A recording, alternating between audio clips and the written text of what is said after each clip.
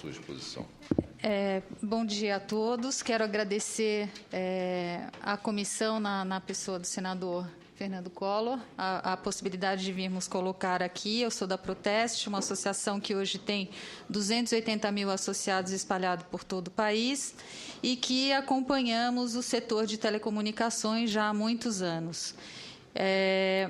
Eu queria, já que, considerando o tema dessas audiências públicas e o momento, como já foi dito pelo presidente João Rezende, de revisão quinquenal dos contratos de concessão, eu achei que seria oportuno a gente resgatar uma retrospectiva de investimentos no setor de telecomunicações a partir do momento em que se definiu que o setor seria preparado para ser privatizado. Isso porque é muito comum se dizer que o setor, quando está na mão do Estado ou quando tem uma ingerência do Estado muito forte, ele não funciona, mas, em 1995, o Ministério das Comunicações editou o PAST, que era um programa de recuperação e ampliação do sistema de telecomunicações e do sistema postal. E esse documento ele já apontava a necessidade de fortes investimentos em redes em infraestrutura de comunicação de dados de alta capacidade, porque a tendência de crescer a demanda por serviços convergentes já era uma realidade no cenário internacional. Eu trouxe esse gráfico para mostrar que, a partir de 95, os investimentos no setor de telecomunicações, esses são dados da Telebrás, tirado de um estudo que o professor Márcio Wohlers fez, da Unicamp. Aqui está o investimento em valor e em percentual nos itens, né, de infraestrutura de telecomunicações. E aqui, essa tabela é importante porque mostra que, de 93 a 98, que foi quando houve a privatização em julho de 98, a planta de telefonia fixa, por exemplo, ela praticamente dobrou. A taxa de digitalização da rede também teve um crescimento mais do que o dobro. Ou seja, preparou-se o setor e as empresas para se tornarem atrativas para a privatização. Também houve uma alteração na estrutura tarifária. A assinatura básica, na época, antes da privatização, custava, até 97, 65 centavos de reais sem tributos. E, por uma portaria do Ministério das Comunicações, a assinatura básica passou para R$10. Deu-se, então, a edição da Lei Geral de Telecomunicações e o projeto de lei previa no artigo 80 que, ou seja, não previa no artigo 80 nenhum limite para que as concessionárias que viessem a prestar o serviço de telefonia fixa, que foi o único prestado em regime público, definido pela LGT naquela época, que essas empresas prestassem outros serviços. E isso, ao meu ver, teria sido muito bom se tivesse permanecido, porque viabilizaria que o Estado pudesse planejar, desde aquela época, desde 98, um desenvolvimento da infraestrutura voltada também para a comunicação de dados, para o que a gente chama de banda larga.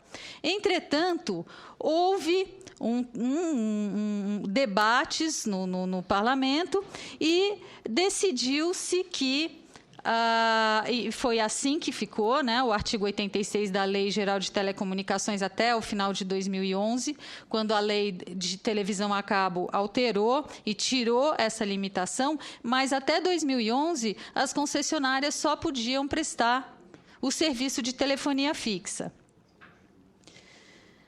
Por conta disso, os planos de meta de universalização, e aí aqui eu queria dizer o seguinte, ainda que a Lei Geral de Telecomunicações tenha estabelecido dois regimes para prestação do serviço, o serviço, por conta do artigo 21, inciso 11 da Constituição Federal, ele é público. Em qualquer hipótese, ele pode ser prestado em regime público ou regime privado. Por exemplo, a banda larga hoje, ela é prestada em regime privado, mas indiscutivelmente, por conta da Constituição Federal, ela é um serviço público de caráter essencial, é um serviço de caráter de interesse coletivo e que tem um papel estratégico para o país. Então, ela não deixa de ser um serviço público. Entretanto, a Lei Geral de Telecomunicações estabeleceu naquele momento que só a telefonia fixa seria prestada em regime público e, em virtude disso, o Estado só podia, a União, o poder concedente do serviço, só poderia impor metas de universalização, ou seja, de investimentos em infraestrutura para o serviço de telefonia fixa. Houve, então, uma previsão de metas a serem cumpridas até 2005. O cumprimento dessas metas deveria ser certificado pela Anatel, a fim de que as concessões pudessem ser prorrogadas, de acordo com o artigo 207 da Lei Geral de Telecomunicações. A Anatel certificou o cumprimento de todas essas metas e passou-se para uma segunda etapa dos contratos de concessão, que agora tem validade até dezembro de 2025 e não poderão, por conta da lei, serem prorrogados. Ou seja, existe a necessidade ou de se rever esse modelo, se rever a lei para alterar essa realidade, né? Ou se adotarem medidas regulatórias que garantam que a União vai conseguir dar continuidade ao serviço ao final dos contratos de concessão, já que essas concessionárias não poderão mais prorrogar os contratos. Vejam que a obrigação, no primeiro PGMU, lá de 98, é que a densidade de orelhões fosse de 8 orelhões por 1.000 habitantes. No segundo PGMU, estabelecido em 2003 para vigorar a partir de janeiro de 2006, que é a segunda fase dos contratos de concessão, toda a infraestrutura de telefonia fixa nas localidades com até 300 habitantes estava instalada. Então, decidiu-se que ia se reduzir o número de TUPs, de telefones de uso público. Ou seja, diminuiu-se a obrigação das concessionárias, ao invés de aumentar. É certo que esse PGMU estabeleceu também a obrigatoriedade de se instalar postos de serviço de atendimento, que implicava em custos altíssimos, mas isso foi trocado, foi objeto de troca de metas em 2008, e foi a primeira vez, depois de 98, ou seja, 10 anos depois, que o Estado definiu metas de implantação de infraestrutura, né, mas também com um alcance muito pequeno, que foi a troca dos postos de serviço de telecomunicações por backhaul, que é rede de suporte de acesso à internet. Essa troca de metas foi associada a um programa banda larga nas escolas. A troca que se fez com as empresas foi essa. Olha, então a gente tira a obrigação de vocês instalarem os postos de serviço de telecomunicações, instalam os backhauls e fazem a conexão das escolas, de 5.000 escolas públicas, no prazo que ficou estabelecido. E depois disso, nós tivemos a edição do PGMU, do último PGMU de 2011, onde se reduz ainda mais a obrigatoriedade de telefones de uso público, sob a justificativa de que a população não se interessa mais, que é um item que não interessa mais à população. Eu vou mostrar aos senhores que não é bem assim. São dados da própria Anatel que mostram que não é bem assim, que essa é uma infraestrutura que está abandonada. A gente não pode esquecer que os contratos de concessão impõem às concessionárias a obrigação de atualizar o seu acervo de bens e de infraestrutura vinculados aos contratos de concessão. E agora a Anatel continua falando em reduzir ainda mais os TUPs. Na nossa avaliação, tem havido uma atuação regulatória, uma ausência de atuação regulatória, tanto do Ministério das Comunicações quanto da Anatel, para estimular investimentos que atendam à demanda crescente por redes de alta capacidade. por quê? Primeiro, o motivo que a gente acha que é muito lesivo para o setor é o fato de que, de acordo com o decreto 4.733 de 2003, a Anatel já deveria, desde janeiro de 2006, estar fixando os preços e as tarifas de atacado e varejo pelo custo. Mas a Anatel até hoje não editou o modelo de custos, parece que vai editar agora, mas ainda não editou. Então, a gente continua tendo preços e tarifas muito baseados na estrutura tarifária de 1998, né? E com base na informação que as empresas dão, porque quem detém mais essa informação são as empresas, e que o objetivo delas não é universalizar, o objetivo delas é lucro, esse é o papel delas, mas o objetivo e o papel da agência e do Minicom é buscar a modicidade tarifária e a universalização dos serviços. Então, por conta da ausência de modelo de custos, a gente tem ausência de tarifas e preços de atacado e varejo fixados pelo custo. E isso afeta a competição. Nós temos as empresas competidoras se debatendo nos tribunais por conta de altos preços cobrados pela interconexão e que afetam o consumidor consequentemente. Entendemos que tem havido ausência de atuação regulatória do Ministério das Comunicações e da Anatel para estimular os investimentos. Um desses problemas é o desrespeito ao Decreto 7.175, de 2010, que estabeleceu o Plano Nacional de Banda Larga. De acordo com esse decreto, editado no governo do Lula, a Telebrás deveria estar recebendo investimentos que não recebeu. Para os senhores terem uma ideia, nós tivemos várias entidades que integram a campanha Banda Larga é um Direito Seu, logo no início do governo da presidenta Dilma, uma reunião no Ministério das Comunicações em que foi dito pelo ministro Paulo Bernardo que haveria uma ordem de se investir R$1 bilhão por mês na Telebrás. Desde a edição do decreto até hoje, não se investiu mais do que 500 milhões. A ausência de criação de uma rede privativa de comunicação para a administração pública federal, isso está expresso também no decreto, no artigo 4º do decreto, o que talvez diminuiria a possibilidade de invasão das redes do governo. A ausência de apoio aos telecentros e outros programas de inclusão digital, como Banda Larga nas escolas, Floresta Digital, Navega Pará, entre outros.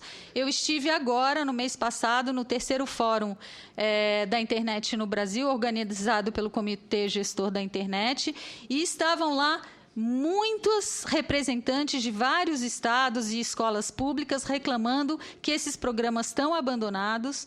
A ausência de medidas para garantir oferta de infraestrutura e serviços de comunicação de dados nas localidades que não despertem o interesse econômico das empresas, porque o decreto previa investimentos na Telebrás e parcerias da Telebrás com outras empresas para prestar o serviço nas localidades onde as empresas concessionárias, as incumbentes, não têm interesse de chegar. E implantação de infraestrutura realizada de acordo com o interesse econômico das empresas. As áreas rurais hoje estão atendidas de forma insuficiente, existe uma demanda não atendida, assim como regiões mais pobres e periferias dos grandes centros. Em São Paulo, por exemplo, que concentra grande parte da fibra ótica do país, se você mora na periferia, você não tem acesso ao serviço de banda larga, a não ser pela rede móvel.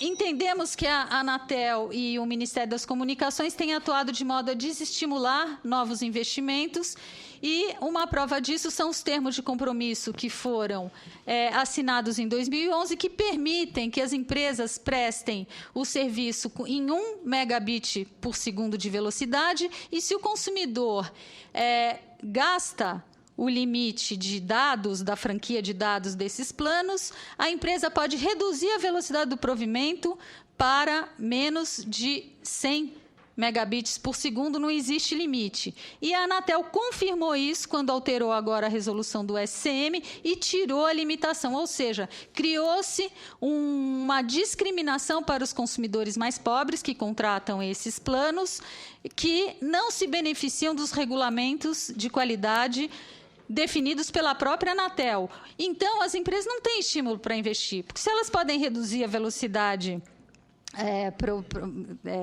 para o que nem se considera banda larga, de acordo com a banda larga, de acordo com a OIT, banda larga é só a partir de 2 megabits por segundo. Aqui é uma matéria que saiu ontem no Valor Econômico, de um estudo feito por essa consultoria, dizendo que os investimentos em telecomunicações vêm sendo reduzidos, né?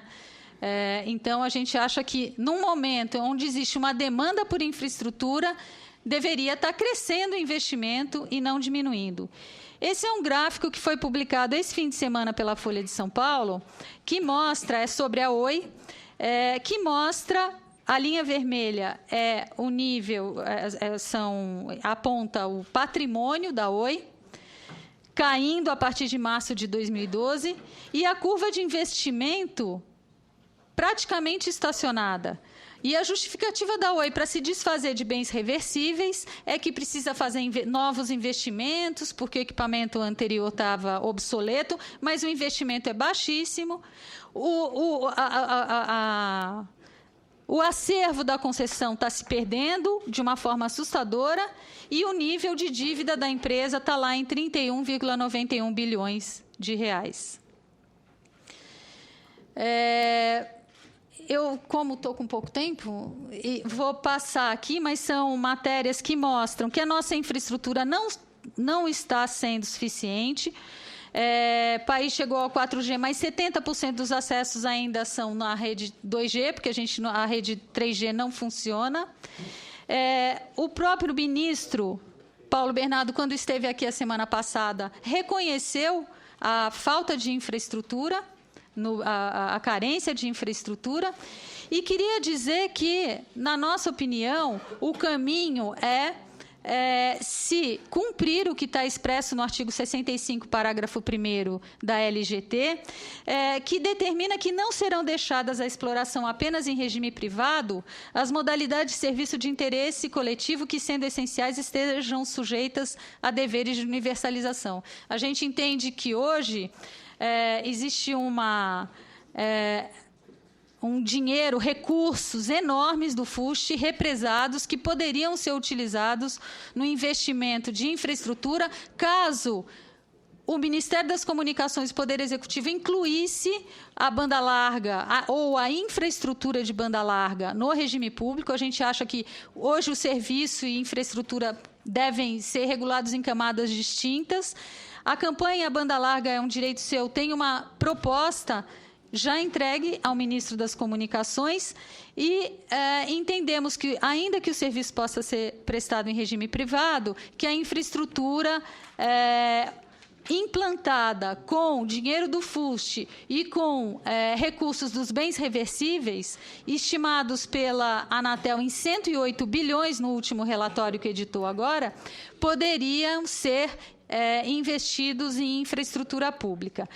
E queria dizer aqui, mostrar para os senhores, que a nossa infraestrutura está muito mal aproveitada. Olha por que o número de ligações dos telefones públicos caiu. Porque os telefones públicos não funcionam, o número de telefones do PGMU cai cada vez mais. Isso aqui é uma área no Rio Grande do Sul, uma cidade do Rio Grande do Sul, área de concessão da Oi. Aqui, o nível de satisfação dos usuários de telefone de uso público, que deveriam estar sendo atualizados. Essa é a pesquisa da Anatel, a Anatel fez essa pesquisa. O índice de satisfação é 0,2%. O nível de satisfação de quem tem telefone fixo em casa também vem sendo reduzido, está aqui apresentado pela pesquisa da Anatel. Eu quero agradecer e dizer que estou à disposição e que nós gostaríamos que, nessa revisão do contrato de concessão, que se adotassem medidas que implementassem a competição, revissem o contrato, a estrutura tarifária do contrato de concessão, adotando-se uma tarifa flat para assinatura básica, e se aproveitasse a infraestrutura da telefonia fixa construída com o esforço da sociedade que pagou tarifas altíssimas para que se façam novos investimentos e se atenda à demanda por redes de fibra ótica de alta capacidade. Obrigada.